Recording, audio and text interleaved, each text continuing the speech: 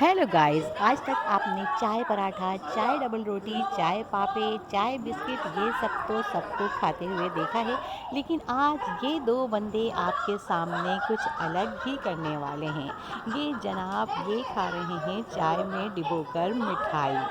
इनके हाथ में है बर्फ़ी और ये इन्होंने किया चाय में डिप। और डाल लीजिए भाई अब अपने मुंह में, और ये डालने वाले हैं।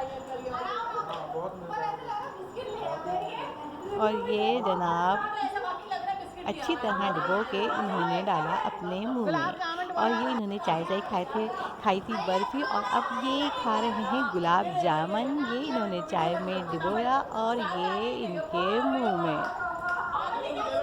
तो जनाब ये कोई करके दिखा सकता है जो इन्होंने किया?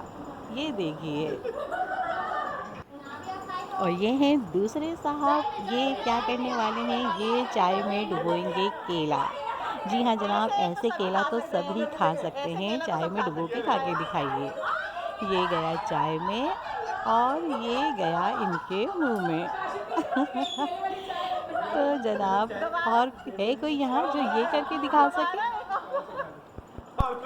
ये दोनों जनाब आए हुए हैं अपनी ससुराल में, और इस बारे में क्या कहते हैं? जी, ये कहते हैं कि ससुराल में दामादों के साथ ऐसे ही होता है।